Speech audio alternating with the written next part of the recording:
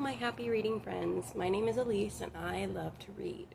So today I'm going to be doing a review of 4 books that I've read recently. The first one is one that I got recommended.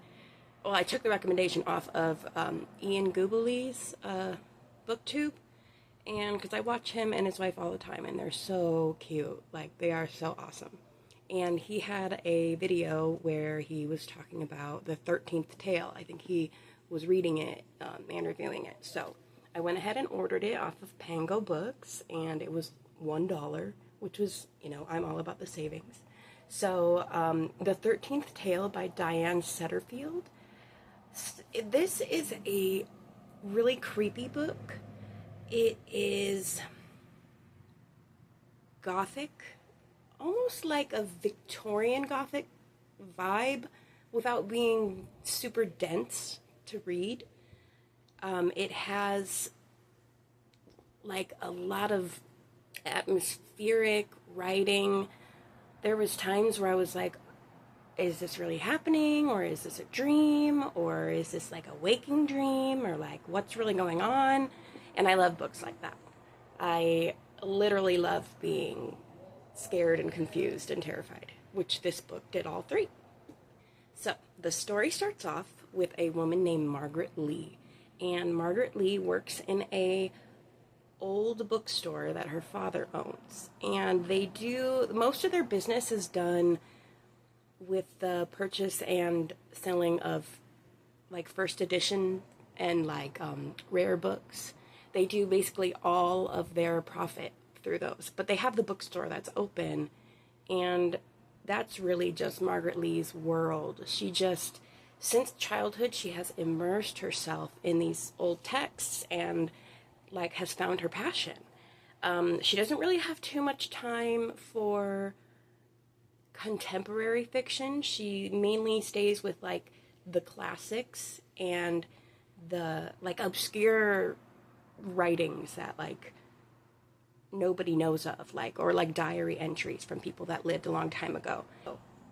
She started writing biographies from old diary entries that she had found, and she actually got published, and it was really good, but she's still not a well-known biographer. I mean, I think that was like maybe her first or second one. So she's really obscure still. Nobody knows about her, but she comes to the attention of our other protagonist, or antagonist, kind of, Vida Winter. Now, Vida Winter is an author that has been writing for decades upon decades upon decades, and there's an air of mystery surrounding her. Vida Winter's most celebrated story is a book of short stories, actually, called 13 Tales of Change and Desperation. 13 Tales of Change and Desperation, yes, okay. But there's only 12 tales in this book, so that kind of adds to her mysteriousness. She has gone on record with interviewers over decades upon decades, and every single time they ask her about her life and like where she came from, what's her story, she gives a different like crazy answer, and who knows what the real story is. Does she even know? So I think in this story she's about 79 years old, and she contacts Margaret Lee through letter, and she says, I would like to come clean. It's weighing on my conscience. I would like to tell my story for real, and I would like you to write it. So Margaret Lee is like, okay, it's not really what I do. I don't really write biographies for people that are alive still, but I guess that's okay. So Margaret Lee is also worried that, is she just putting me on? Is she going to actually tell the truth, or am I just going to be the next in a long line of people that she's made a fool of? So those are her major concerns, but she does agree to do it. I loved the writing style of this book. It was kind of Victorian-esque, but without being too dense, like I said. It was still really easy to understand, but it just had like almost like an Agatha Christie-ish plot line, so that like there were like enough clues to where if you were smart enough, you could probably figure it out. But I'm not smart like that, so I missed all the clues, but still enjoyed it though. And the ending was fantastic. It answered all my questions. It really gave you a sense of, like, we came around full circle, and she can die, like, happy now. She can rest easy because she's gotten this weight off her chest, you know? And it's a crazy story. It's a crazy story this woman has been keeping inside for a long time. So I absolutely recommend The 13th Tale by Diane Setterfield. I will say one thing about it, though. I read it almost, I think it was 2 books after I read The Seven Husbands of Evelyn Hugo by Taylor Jenkins Reid, which I also loved. But I kind of went into The 13th Tale with almost like preconceived notions about what was going to happen because the premise is very similar to The Seven Husbands of Evelyn Hugo. And I'm not going to tell you about that one because everybody pretty much has read it. I mean, come on now. If you haven't read it, where have you been? So, I would say maybe if you've read that recently, give yourself a little time before you pick up The 13th Tale because you want a clean slate. You don't want to cloud what's happening in the story. Just let it happen to you, and I think you would enjoy it a lot more. Okay, another book that I read recently was The King's Messenger by Susanna Kearsley. Now, this one is historical fiction. It is set in the year 1613, I think. 1613, yeah. Okay, so King James is the King of England, and his son, Prince Henry, has just passed away under unusual circumstances. Like, there might have been foul play. During this time period, there were men that were employed as the king's messengers, and these guys they were in charge of the post throughout the country. Like, they delivered the mail. They delivered messages from and to the king for all of, like, everything he needed, whatever he needed. They were at his disposal. And they also were allowed to arrest people. Like, they were supposed to be treated as if they were, like, an extension of the king. So, like, people needed to, like, respect them above all. And it was a really good post. It was like a job that many people aspired to and were proud to hold. And so our main character, Andrew Logan, is a king's messenger, but he's a very young one. He got the job because his dad was a lifelong king's messenger, very reputable one, and he passed away. And the only thing that he asked for at his death was that his son could take over his legacy, and so he did, even though it wasn't really his passion in life, but he loved his father, and he loved his country, and he loved his king, so, I mean, it all worked out for him. Another thing that's very interesting about this book is that Andrew Logan is blessed, or maybe cursed, with second sight. Second sight allows him to see snippets of the future. Now, he's not able to see the context surrounding what he sees. He has to determine what it means from the clues he has at his disposal right there. And he also can see ghosts, and that is like a big part of his life. But he has to keep it secret because if anybody were to find out that he has this second sight, he could very well be burned at the stake as a witch. So this is something that nobody can know. He just keeps it very close to the vest. So at the beginning of our story, King James asks Andrew Logan to travel to Scotland to find and arrest Sir David Moray, who was a close friend and confidant and I think advisor to Prince Henry his entire life. Andrew Logan is like, yep, whatever you need, I'll do. But the only thing is, he can't read or write. And they want a detailed transcript of everything that Sir David Moray says so that when he gets back to England, they can put him on trial and execute him for murdering Prince Henry. This is what they're thinking happened. So the king decides to send a court scrivener, which is basically like a scribe, to record all the events that happen on their trip.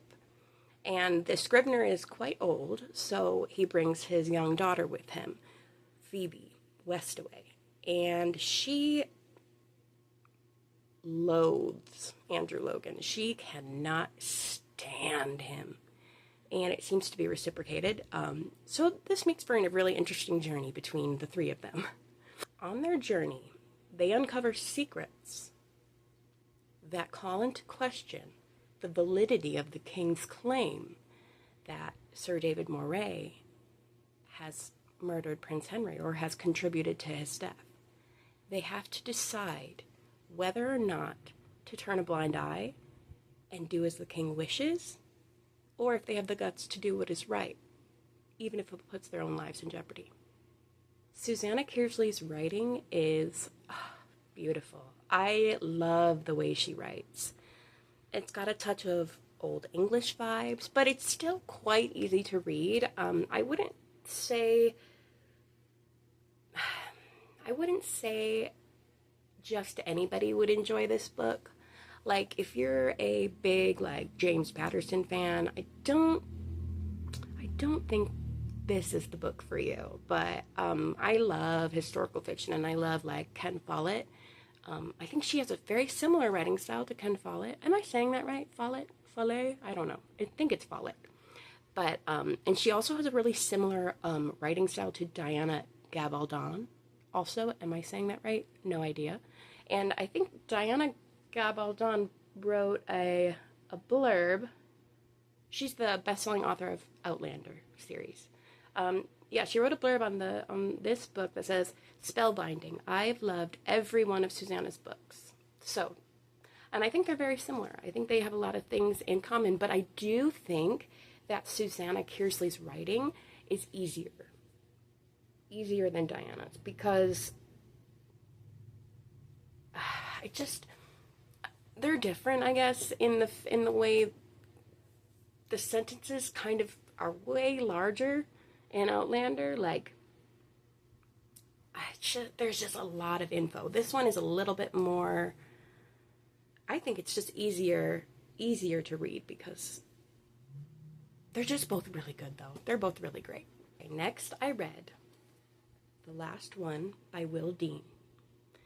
This book, I read the back of it and was like, oh my gosh, give this to me. I just needed to read it instantly. So this one is a really quick and easy read. Some of the chapters are really, really short, but it works for this book because, okay, so basically the premise is this lady named Caroline, Kaz for short, was on a cruise from England to America with her newish boyfriend Pete. And the first night they have a great time. They're dancing, they're drinking, they go to bed. In the morning, Pete's not there when she wakes up. Kaz is like looking around like, okay, like maybe he went to get breakfast, and that's kind of rude that he didn't ask me, but okay, I'm gonna go see if I can find him. So she steps out into the hallway, makes her way to the breakfast lounge, and notices that there is nobody on the ship. She is the only one.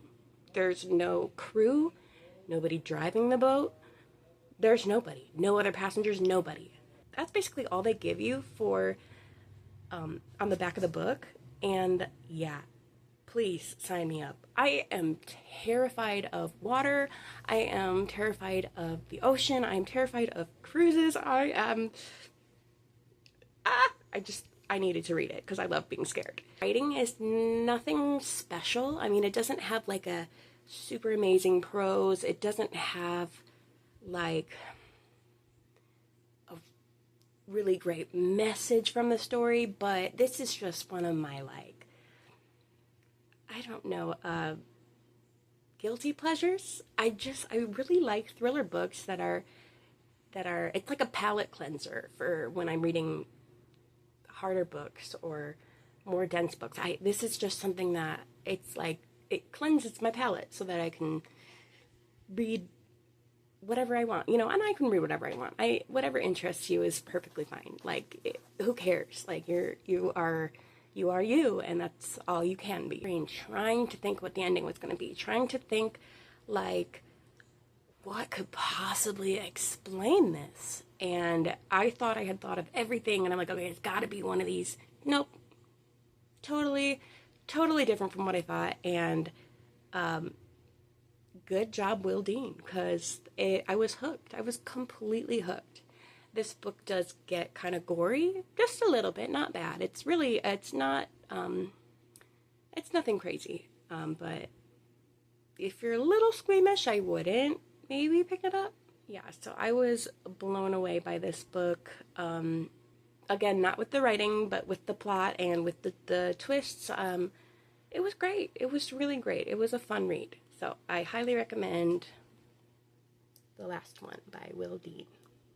Lastly, I read Conversion by Katharine Howe. I really like this minimalist cover. I think that's really pretty with the yellow bird, and it's just kind of like sepia toned almost. I like the side of it too. This book is interesting because it goes back and forth between the years, I think, 2012 and 1706. And basically, the main character, Colleen Rowley, is in high school. And she goes to high school at an all-girls parochial school, maybe? Or I don't know if that's the right word. It's a religious school. So, like St. John's is supposed to be Joan of Arc. And so it's a all-girls school that's in Danvers, Massachusetts. One day, Colleen and her friends are in class, and one of the school's most popular girls, I guess the school's queen bee or whatever, just falls out of her chair and starts having convulsions and making these terrifying noises, like that she can't control. And everybody's like, oh my gosh, like they have to call an ambulance. It's just insane. And everybody's like, oh my gosh, what happened? Like, what's going on? And then another girl starts having the same and different symptoms. And then another girl and another girl. And it starts spreading like wildfire. It's an epidemic. But only girls at St. John's. Nobody else in the community this is happening to, just at the school. Doctors have no idea what's going on.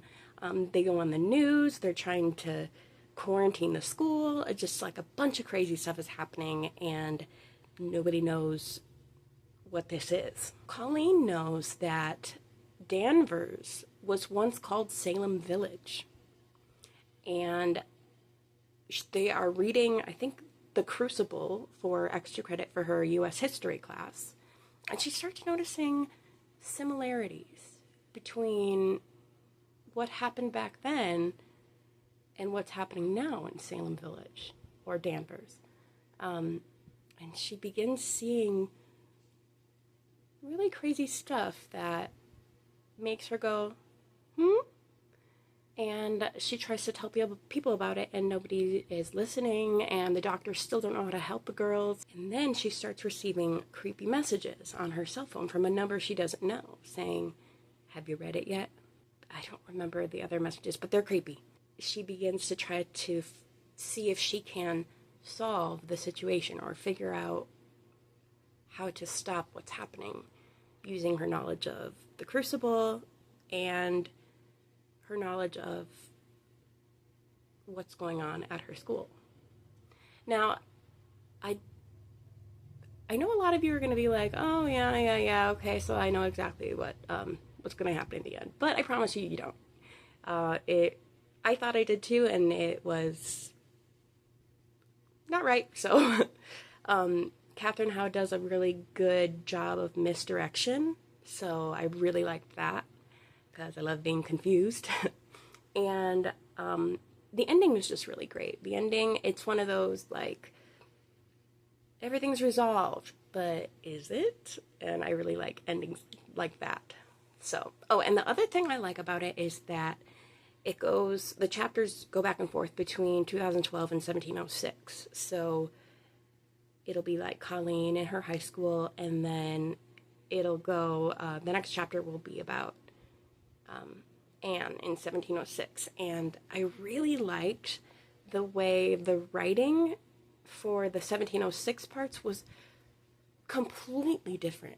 Like, it's like she was able to turn on a switch and become someone different, and I really liked that. I thought that's really talented that she's able to do that. These were the last books that I read, or some of the last books I read, and I'm going to probably release another video in a week talking about the other 4 books that I read. I think it was the past 3 weeks. So, okay, thank you so much for watching.